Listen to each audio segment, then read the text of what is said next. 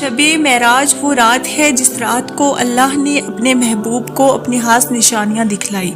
جبرائیل امین نے آ کر نبی پاک صلی اللہ علیہ وسلم کے پاؤں دبائے اور کہا اللہ آپ سے ملاقات کرنا چاہتا ہے، چلیے یا رسول اللہ۔ آپ صلی اللہ علیہ وسلم کو پکڑا حتیم میں لے گئے۔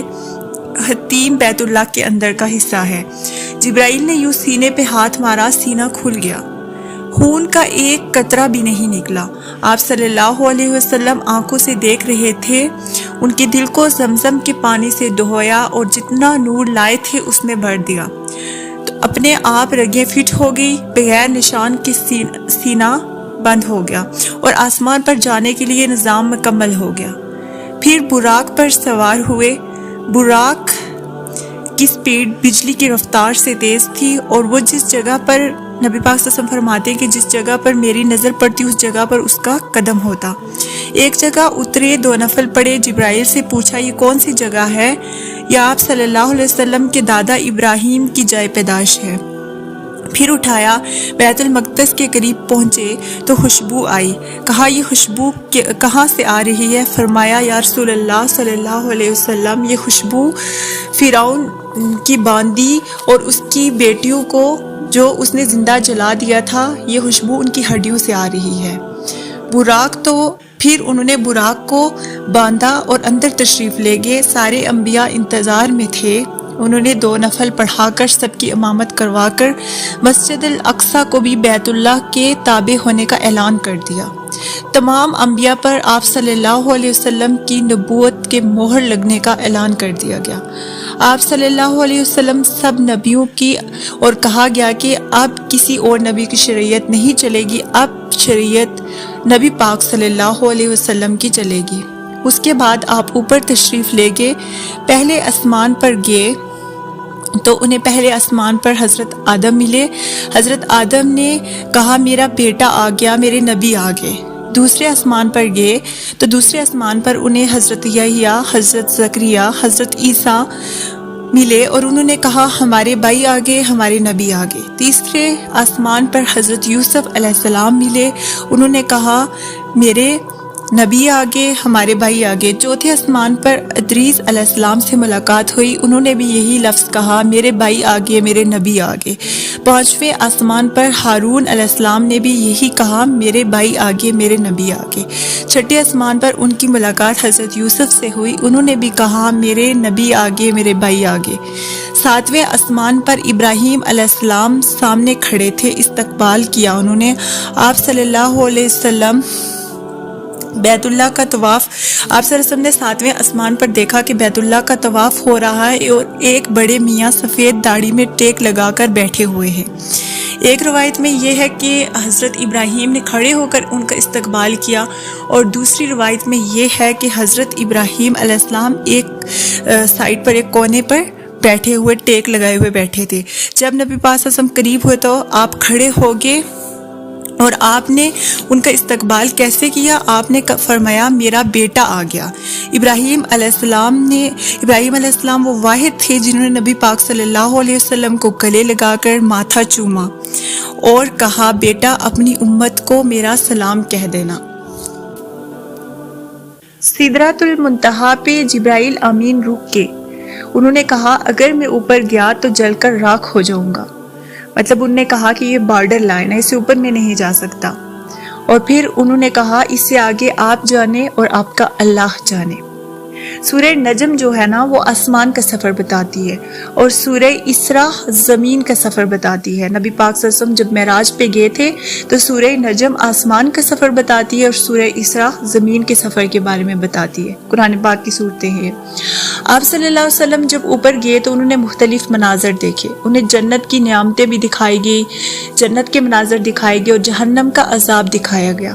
آپ صلی اللہ علیہ وسلم نے دیکھا ایک شخص سویا ہوا ہے اور ایک فرشتے کے ہاتھ میں پتھر ہے، اور وہ زور سے اس کے سر پر مارتا ہے اور اس کا سر کیما ہو جاتا ہے، پھر پتھر دور جا کر پڑتا ہے، اور پھر جب فرشتہ اس کو اٹھاتا ہے پتھر کو تو وہ جو بندہ ہوتا ہے اس کا سر دوبارہ سے جڑ جاتا ہے، اور پھر اس کو مارتا ہے پتھر اور پھر اس کا سر کیما بن جاتا ہے۔ تو آپ صلی اللہ علیہ وسلم نے جبرائیل امین سے پوچھا یہ کون شخص ہے؟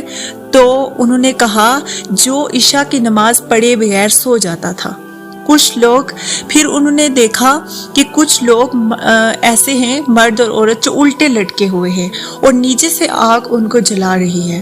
تو نبی پاک صلی اللہ علیہ وسلم نے پوچھا یہ کون شخص ہے؟ تو جبرائیل امین نے جواب دیا یہ وہ شخص ہیں جو روزہ چھوڑ دیتے تھے۔ پھر آپ صلی اللہ علیہ وسلم نے ایک تندور دیکھا، بہت بڑا تندور دیکھا، اس میں مرد اور عورتیں اور ان کی چیخ و پکار دیکھی، اور آگ کے شعلے ان کو اوپر کی طرف لاتے ہیں اور تنور کے منہ تک آگ کے شعلے ان کو لاتے تھے، اور ایک دم پھر وہ نیچے اس طرح نیچے گرتے تھے کہ اس کی گہرائی کا کلابازیاں کھاتے ہوئے اس طرح سے وہ نیچے جاتے تھے تندور کے اندر کہ اس تندور کی گہرائی کا پتہ نہیں چلتا تھا۔ تو آپ صلی اللہ علیہ وسلم نے پوچھا یہ کون لوگ ہیں؟ تو حضرت جبرائیل امین نے جواب دیا یہ زانی مرد اور زانی عورتیں ہیں۔ اور پھر کچھ لوگ نبی پاک صلی اللہ علیہ وسلم نے دیکھے جن کے منہ کی مطلب جہاں سے لپ سٹارٹ ہوتے ہیں یہاں سے ان کا منہ ایسے کھینچ کر نہ کان کی طرف لے کے جا رہے تھے، اور پوچھا کہ یہ کون لوگ ہیں؟ تو جبرائیل امین نے کہا یہ آپ کی امت کے وہ لوگ ہیں جو فساد پھیلاتے ہیں اور جو فتنہ کرتے، فساد پھیلاتے اور دوسروں کو ان کی لڑائیاں کرواتے ہیں۔ پھر آپ صلی اللہ علیہ وسلم نے آگے کی طرف چلے تو انہیں ایک ایسا شخص نظر آیا جس کے پاس بہت اچھا کھانا پڑا ہوا ہے لیکن وہ ایک مردے کا گوشت کھا رہا ہے۔ فرمایا آپ صلی اللہ علیہ وسلم نے حضرت جبرائیل امین سے پوچھا یہ کون شخص ہے؟ تو جبرائیل امین نے جواب دیا کہ یہ وہ شخص ہے جو دنیا میں لوگوں کی غیبت کرتا تھا۔ آگے گئے تو آپ صلی اللہ علیہ وسلم نے دیکھا ایک آدمی آگ کھا رہا ہے، آگ کے جو انگارے ہوتے وہ کھا رہا ہے، اور آپ صلی اللہ علیہ وسلم نے جبرائیل امین سے دریافت کیا کہ یہ کون لوگ ہیں، تو یہ کون انسان ہے؟ تو جبرائیل امین نے جواب دیا کہ یہ وہ ہے جو حرام کھاتا تھا اور یتیم کا مال کھانے والا۔ اور پھر آگے گزرے تو ایک آدمی کا پیٹ گنبد کی طرح دکھائی دے رہا تھا اور اس کو سانپ اندر سے کاٹ رہے تھے۔ فرمایا یہ کون انسان ہے؟ تو جبرائیل امین نے جواب دیا کہ یہ وہ انسان ہے جو دنیا میں سود کھاتا تھا۔ اور کچھ ایسا مناظر دیکھا نبی پاک صلی اللہ علیہ وسلم نے آگے گزرے تو انہوں نے دیکھا کہ کچھ لوگ ہیں وہ نیچے سے ان کا دھڑ جو ہے وہ انسانوں کی طرح ہے لیکن ان کا چہرہ جو ہے وہ سور جیسا ہے۔ تو نبی پاک صلی اللہ علیہ وسلم نے حضرت جبرائیل امین سے کہا جبرائیل امین یہ کون ہیں؟ تو جبرائیل امین نے کہا کہ یہ وہ لوگ ہیں جو جھوٹی گواہی دیتے تھے۔ پھر آپ نے ایک خوفناک فرشتہ دیکھا جو سنجیدہ طریقے سے بیٹھا تھا۔ تو نبی پاک نے جبرائیل امین سے دریافت کیا یہ کون ہے؟ تو جبرائیل امین نے کہا یہ جہنم کا فرشتہ مالک ہے۔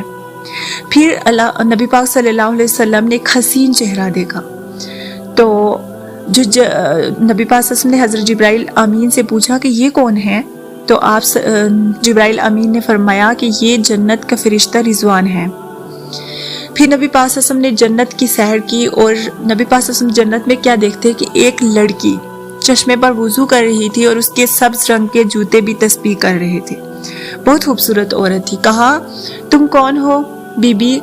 تو انہوں نے کہا کہ میں آپ کے غلام عمر بن خطیب کے لیے بنائی گئی ہوں۔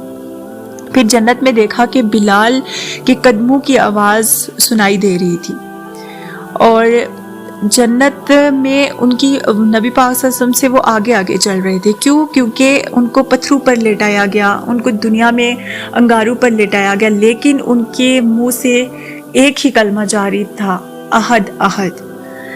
پھر نبی پاک صلی اللہ علیہ وسلم کو جنت کی سیر کرائی گئی، اور اس کے بعد کیا ہوا کہ سدرۃ المنتہا سے وہ کہاں پر گئے؟ عرش پر گئے، جہاں پر سدرۃ المنتہا ایک ایسی پلیس ہے جہاں پر فرشتہ جبرائیل امین بھی اسے اوپر نہیں جا سکتے، لیکن اللہ تعالیٰ نے حضرت محمد صلی اللہ علیہ وسلم جو ان کے لاڈلے پیغمبر ہیں، آخری نبی ہیں، ان کو سدرۃ المنتہا سے اوپر یعنی عرش پر بلایا اور پھر فرمایا میرے محبوب جوتوں سمیت آ جاؤ۔